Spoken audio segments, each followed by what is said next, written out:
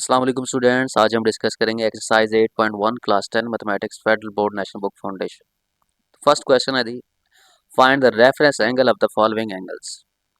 Reference angle in angles के find करने हैं, तो रेफरेंस एंगल की डेफिनेशन देख लेते हैं कि रेफरेंस एंगल का मतलब क्या होता है। ठीक है, a reference angle is the acute angle.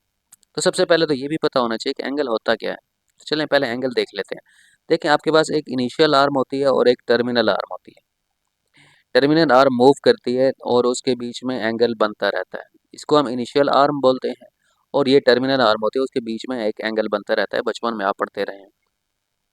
ये टर्मिनल आर्म होती है, मूव करती रहती है। जैसे ये टर्मिनल आर्म मूव कर गई तो अब एंगल चेंज हो गया। जैसे अगर सपोज यहाँ 30 था तो अब ये 120 हो गया, ऐसे कह लें। ठीक है, यहाँ से यहाँ तक 120 हो गया।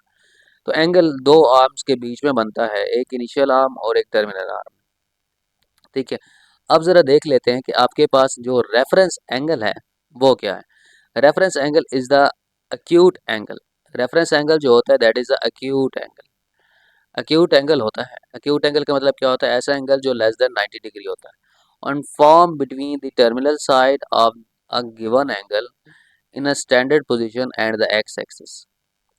ये जो एंगल होता है ये एक्स एक्सिस और टर्मिनल आर्म के बीच में बनता है और it is always positive and between 0 and 90। तो जब 90 से लेस होगा तो ज़ाहिर बात है 90 और 0 के बीच में होगा, और हमेशा होगा भी positive regardless which of the quadrant the angle is in. कोई भी एंगल है वो जिस मर्जी क्वाड्रेंट के अंदर है। ठीक है, अब क्वाड्रेंट का मतलब भी समझ लेते हैं कि वो क्वाड्रेंट क्या होते हैं। तो रेफरेंस एंगल बेसिकली हम उस चीज़ की बात कर रहे हैं। सपोज आपके पास ये एक्स एक्सेस है और वाई एक्सेस है। एक्स एक्सेस और वाई एक्सेस जब हम बनाते हैं तो इस ये जो इस तरफ ये जो लिखा हुआ है इस साइड को हम बोलते हैं फर्स्ट क्वाड्रेंट। ये second side that is the second quadrant, third quadrant and fourth quadrant. जो रेफरेंस एंगल होगा आपके पास हमेशा इस एक्स एक्सेस और वाई एक्सेस के बीच में बन रहा होगा।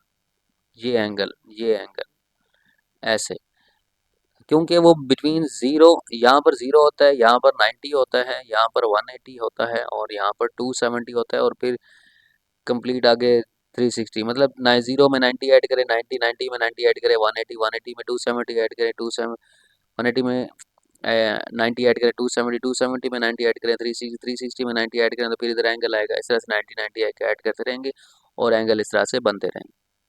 और ये जो भी इधर आएगा वो फर्स्ट क्वाड्रेंट में हम कहेंगे कि वो एंगल है। और फर्स्ट क्वाड्रेंट के अंदर जो भी एंगल होता है, ठीक है, उसको हम रेफरेंस एंगल बोलते हैं। वो हमेशा ज़ीरो एंगल और 90 के बीच में होता है। ठीक है जी। और ये क्वाड्रेंट का मतलब भी मैंने समझा दिया, एंगल कैसे फॉर्म होता है, और यहाँ पर रेफरेंस एंगल का मतलब भी बता दिया। तो चलें अब क्वेश्चन की जाने बढ़ते हैं कि क्वेश्चन की स्टेटमेंट क्या है। क्वेश्चन हमारे पास है, find the reference angle of the following. तो फर्स्ट एंगल दैट इज 125। अब 125 आपके पास कौन से क्वाड्रेंट के अंदर होगा ये तो आपको पता ही है। 125 अभी मैंने लिखा था, 0 है, 90 है, 180 है और 270 है, यहाँ 360 है। तो यहाँ पर साफ नज़र आ रहा है कि 190 और 180 के बीच, क्योंकि 90 के बाद होगा 100 110 20 30 40 इस तरह से। तो जारी बात है 125 आपका इस तरफ होगा इस तरह से। तो ये एंगल 125 इतना बड़ा है। अब ये सेकंड क्वाड्रेंट के अंदर आ रहा है 125।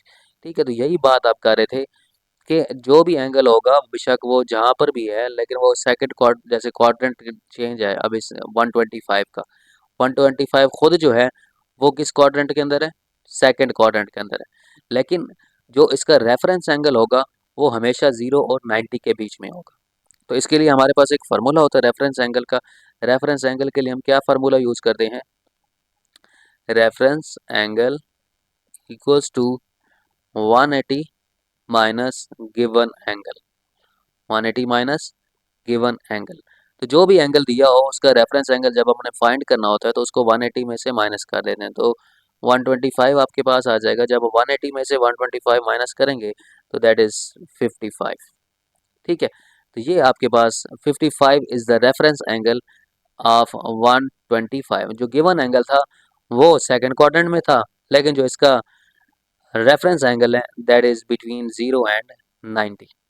ठीक है, ये आपके पास टेक्निक है रेफरेंस एंगल फाइंड करने की। इसी तरह से 138 के लिए 138 के लिए भी यही होगा 180 minus 138 which is equals to 42 and that is the reference angle.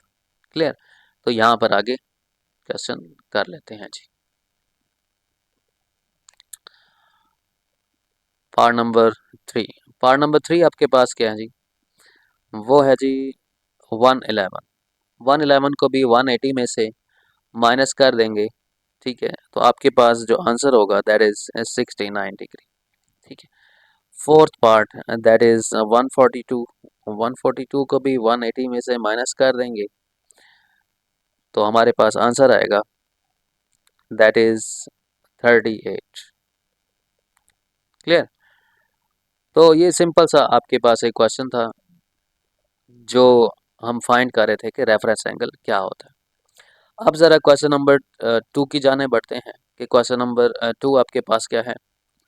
Question number 2 है if theta equals to 36 degree find the equivalent angle alpha in the second quadrant for which sine alpha equals to sine theta. कहते हैं sine alpha अगर equals to है sine theta, ठीक है, तो हमने ऐसा एंगल फाइंड करना है अल्फा जो सेकंड क्वाड्रेंट के अंदर होगा। जो किस क्वाड्रेंट में होगा? अल्फा सेकंड क्वाड्रेंट के अंदर होगा और वो इस थीटा 36 को यूज करके हमने इस अल्फा को फाइंड करना है। अब देखना ये है कि वो कौन सा अल्फा एंगल है, वो कौन सा अल्फा एंगल है कि उसका साइन लें और इस 36 का भी साइन लें तो उन दोनों की वैल्यूज सेम आती हैं। ठीक है, वो 36 के अलावा एंगल होगा अल्फा। ठीक है, तो चलें देख लेते हैं। क्वेश्चन के स्टेटमेंट के अकॉर्डिंग हम लिख लेते हैं in the given quadrant sine function is positive. तो यहाँ पर एक बात नोट करें, in given statement, in given statement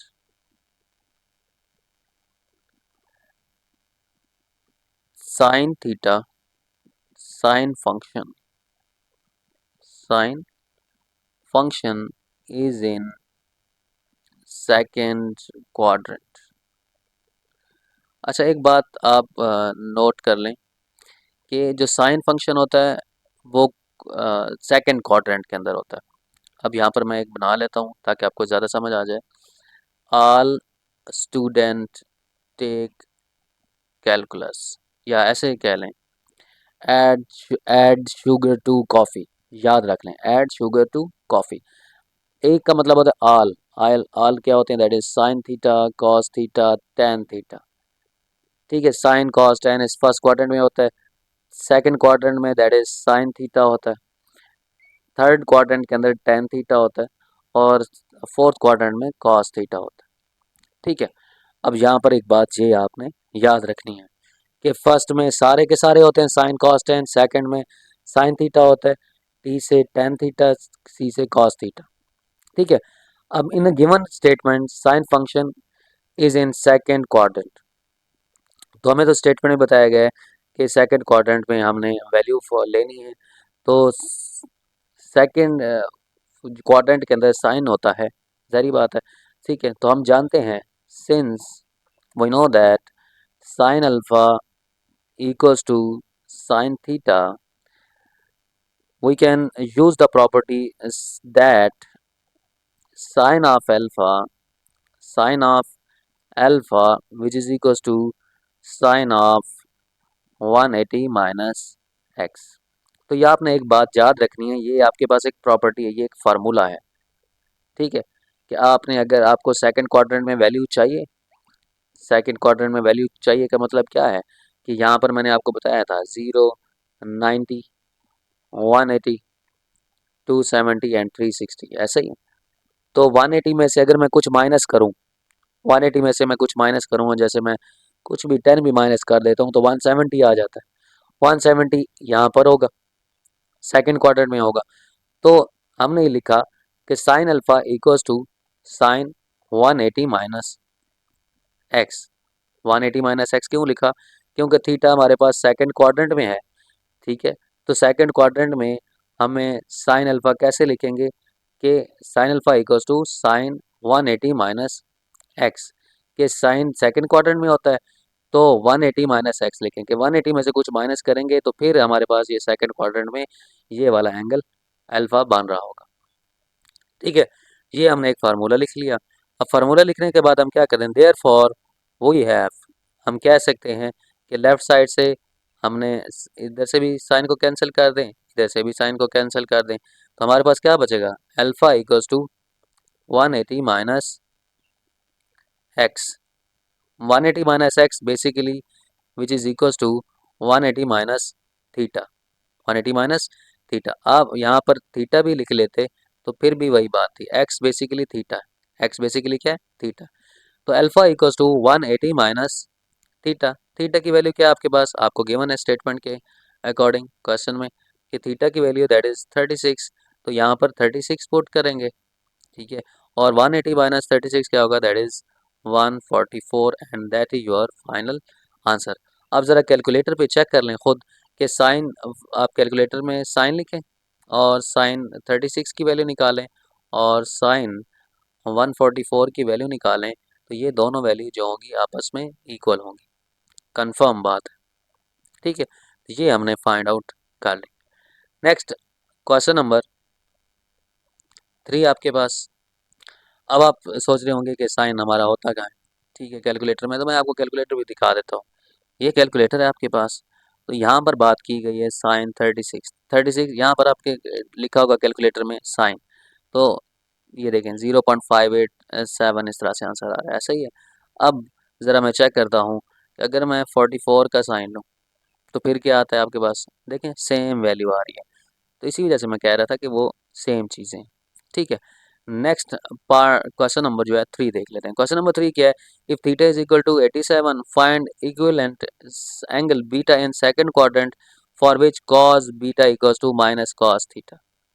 cos जो है beta equals to minus cos theta है, तो हमने इस बीटा की वैल्यू फाइंड करनी है कि थीटा, अब अगर हम 87 लें और कॉस लें, ठीक है, तो उसका आंसर इक्वल होना चाहिए जो हम बीटा फाइंड करेंगे और उसका कॉस लेंगे तो। ठीक है, तो ज़रा चीज़ फाइंड कर लेते हैं कि ये क्या है। अब सेकंड क्वाड्रेंट की उसी तरह से बात की गई है, तो हम ज़रा क्वेश्चन नंबर 3 लिख लेते हैं यहाँ पर, क्वेश्चन नंबर 3 और फिर सोल्यूशन लिख लेते हैं। क्वेश्चन नंबर 3 के सोल्यूशन में एक बोलेंगे, इन the second quadrant cosine function is negative. In second quadrant in second quadrant cos is negative। अभी अभी मैंने आपको एक बात बताई थी कि all या add sugar to coffee।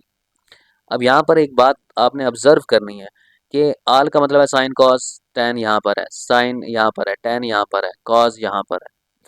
तो अगर हम ऐसे बात करेंगे ना, यहाँ पर हमेशा पॉजिटिव ही रहेगा। अगर हम कहेंगे कॉस की वैल्यू सेकंड क्वाड्रेंट में क्या होगी, तो कॉस तो यहाँ पर है नहीं, तो यहाँ पर नेगेटिव वैल्यू होगी। फिर यहाँ पर जस्ट साइन पॉजिटिव है, यहाँ पर जस्ट साइन पॉजिटिव है, यहाँ पर जस्ट टेन पॉजिटिव है, यहाँ पर जस्ट कॉस पॉजिटिव है, यहाँ पर जस्ट सारे पॉजिटिव हैं, टेन कॉस साइन सारे पॉजिटिव हैं।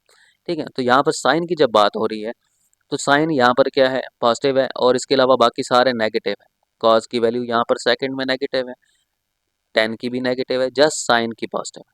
यहाँ टेन में टेन पॉजिटिव है, बाकी साइन कॉस दोनों नेगेटिव है। फोर्थ में कॉस पॉजिटिव है, साइन टेन दोनों नेगेटिव है। सिर्फ फर्स्ट क्वाड्रेंट ही है जिसके अंदर सारे के सारे पॉजिटिव हैं। तो यहाँ पर यही मैंने बात लिखी है, इन second quadrant cause is negative, कि सेकंड क्वाड्रेंट के अंदर कॉज नेगेटिव होता है क्योंकि यहाँ पर साइन होता है। ठीक है, अच्छा, ये बात करने के बाद हम जानते हैं, since we know that cos beta equals to negative cos theta, ये हमने स्टेटमेंट के अकॉर्डिंग लिख लिया।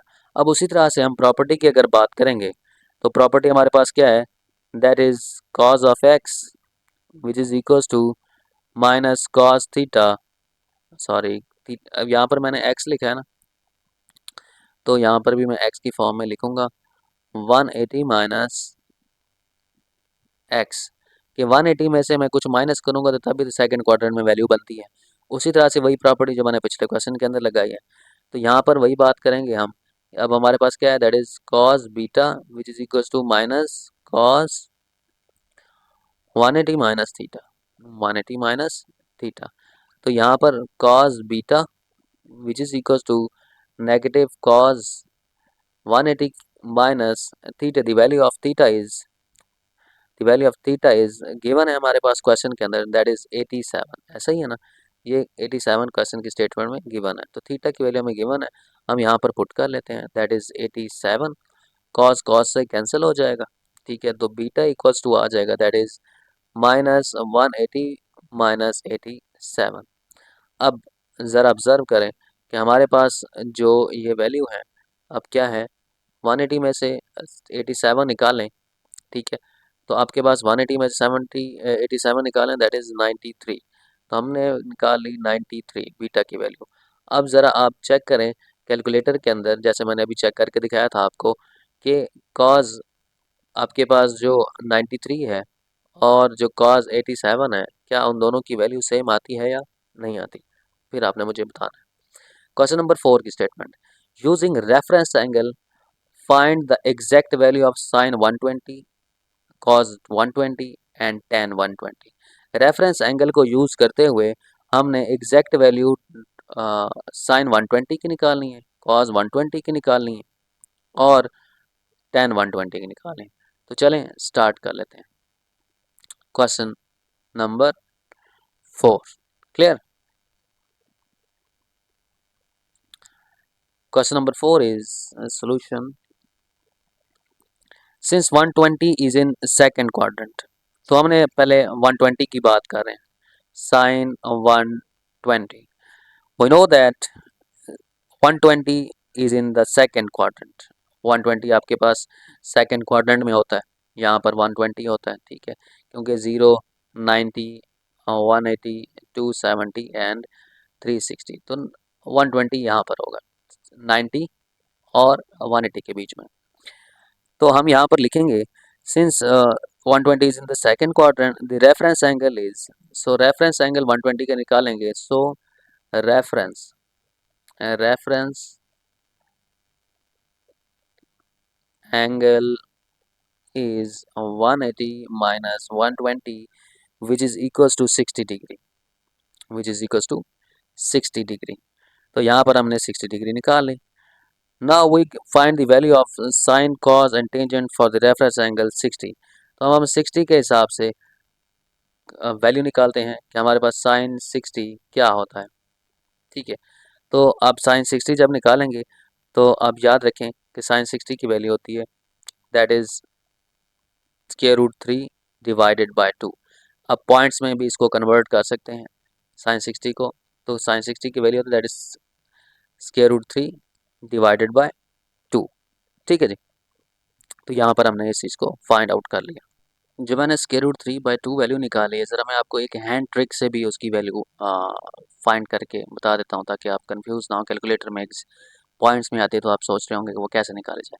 तो आपने याद रखना है कि हैंड के ऊपर आपने थंब के ऊपर आपने 0 को रखना है, इस फिंगर के ऊपर 30 रखना है, 45 रखना है, 60 रखना है और 90 रखना है।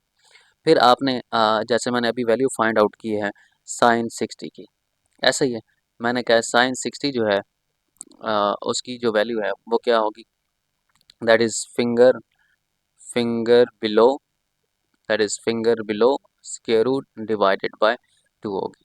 तो मैंने कहा कि साइन 60 है, ठीक है, यहाँ पर मैंने साइन 60 का, तो फार्मूले के अकॉर्डिंग साइन की जब बात होती है तो इस ट्रिक के अकॉर्डिंग फिंगर बिलो हमने देखनी है, 60 के बिलो हम फिंगर्स देखें, ये जो 60 है यहाँ पर ये वाला, ये 60 है, इसके बिलो कितनी फिंगर्स हैं, 1 2 3, तो जब 3 फिंगर्स हैं तो हम क्या लिखेंगे, इस स्क्वायर रूट के अंदर 3 लिख देंगे और ऐसे और डिवाइडेड बाय 2 आ जाएगा।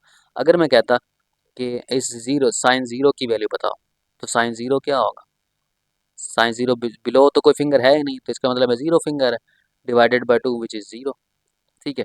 और अगर मैं साइन 30 की वैल्यू पूछता आपसे कि what is the value of sine 30, ठीक है, तो साइन 30 की आपके पास वैल्यू क्या होगी, तो इसके बिलो क्या है, आप ज़रा देखें 30 के बिलो कितनी फिंगर्स हैं, that is zero, sorry that is one finger, that is only thumb, ठीक है।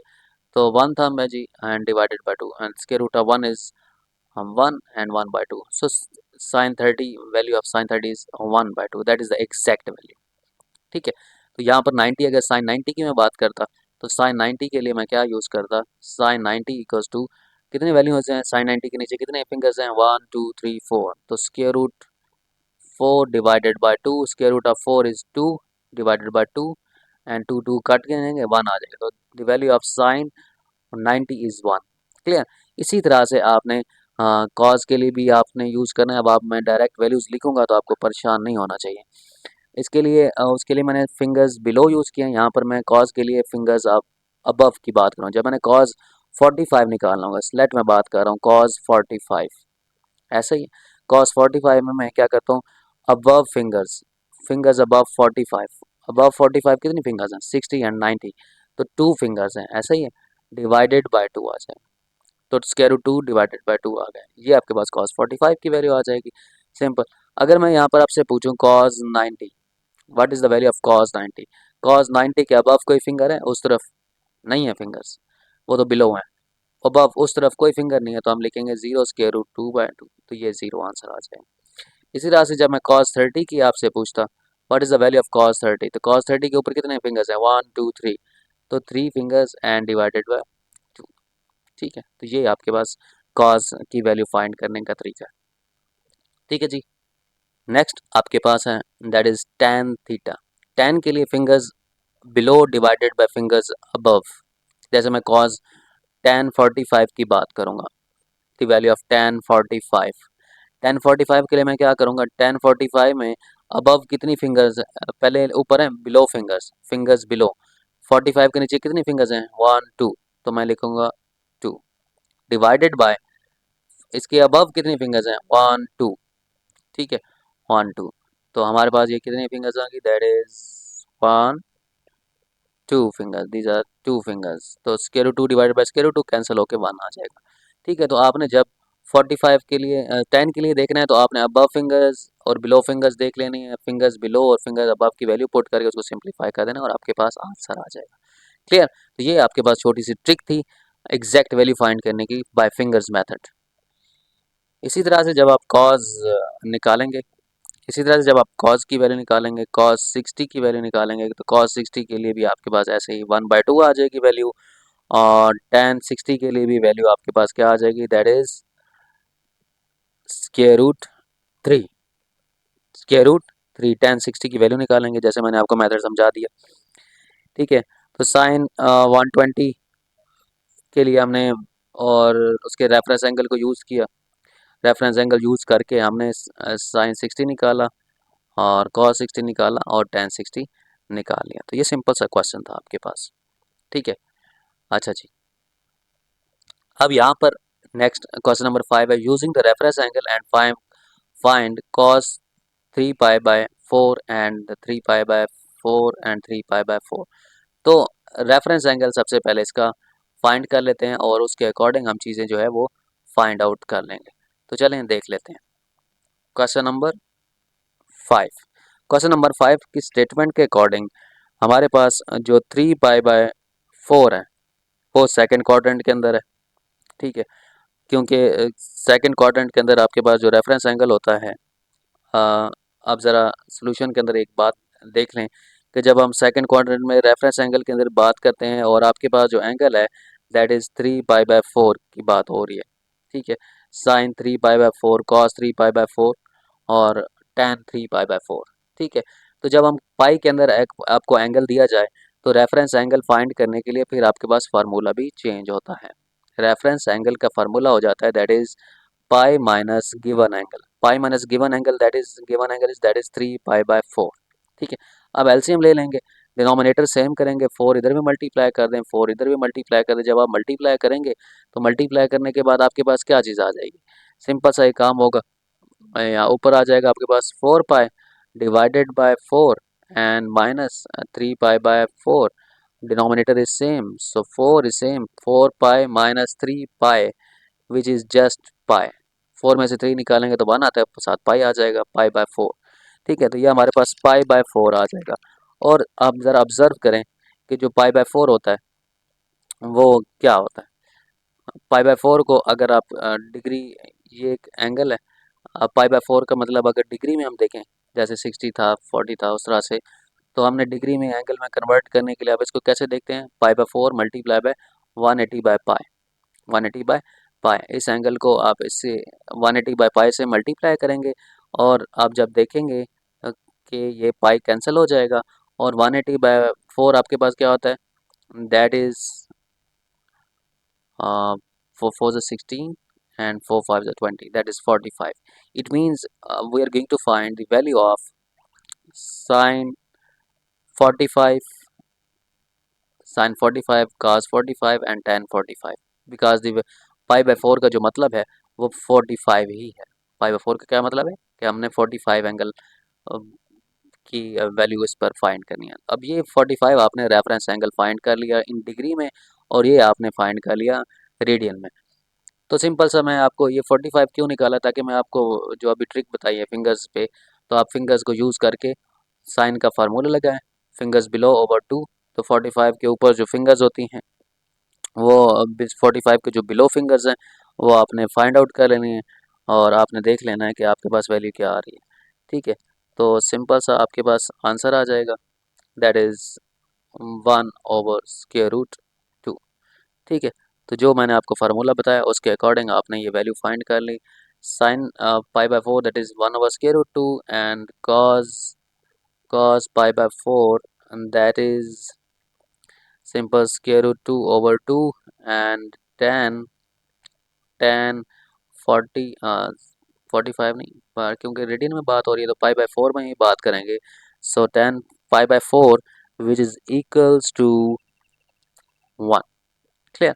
ये आपके पास आंसर है, सिंपल सा क्वेश्चन और सिंपल सा आंसर। ठीक है, अच्छा, एक बात आपने एक और याद रखनी है, अब क्वाड्रेंट्स को भी आपने मद्देनज़र रखना है। ये अभी आधा क्वेश्चन हुआ है, ठीक है। अब ज़रा आपने इन वैल्यूज़ को एक और नज़र से भी देखना है, कि जैसे आपके पास साइन की वैल्यू आई है 1/√2, ऐसा ही है। तो साइन 1/√2 जो होता है वो 45, साइन 45 हमारे पास सिंपल सा वो तो पॉजिटिव होता है। साइन पाई बाय फोर जो होता है आपके पास वो 1/√2 होता है, और वो पॉजिटिव होता है कि कहाँ पर? सेकंड क्वाड्रेंट के अंदर पॉजिटिव वैल्यू होती है। अब cos अगर पाई बाय फोर की बात करें, तो जो मैंने अभी वैल्यू फाइंड की है वो आपके पास क्या आई है? cos pi by four that is √2/2। अब वो नेगेटिव होगी, क्यों? क्योंकि cos थीटा जो सेकंड क्वाड्रेंट में है वो नेगेटिव है। ठीक है, तो यहाँ पर नेगेटिव आएगा, और tan आपके पास जो पाई बाय फोर इसका आंसर आया है दैट इज -1, क्योंकि ऊपर 1 आया था। यहाँ पर तो हमने जैसे उनकी वैल्यू फाइंड की है। अब हम सेकंड क्वाड्रेंट के अकॉर्डिंग अगर देखेंगे, तो हमारे पास tan की वैल्यू माइनस आएगी, cos की वैल्यू भी माइनस आएगी, लेकिन साइन की पॉजिटिव आएगी, बिकॉज साइन सेकंड क्वाड्रेंट में पॉजिटिव होता है। तो ये आपका जो होगा that is your final answer हो जाएगा। ठीक है, तो सिंपल सा क्वेश्चन है, यहाँ पर हमने उनकी वैल्यूज़ को फाइंड आउट किया। ठीक है, नेक्स्ट इंशाल्लाह हम क्वेश्चन नंबर 6 को डिस्कस करेंगे, और देखेंगे कि हमने किस तरह से इसकी वैल्यूज़ को फाइंड आउट करना है। अगर आप कोई चीज़ समझने आई, क्वेश्चन समझना चाहते हैं, मज़ीद डिटेल पूछना चाहते हैं, कमेंट करें, चैनल को लाइक करें, सब्सक्राइब करें, शेयर करें, और दूसरों के साथ भी शेयर करें, ताकि उन दूसरों की भी हेल्प हो सके। थैंक यू वॉचिंग, अल्लाह हाफिज़।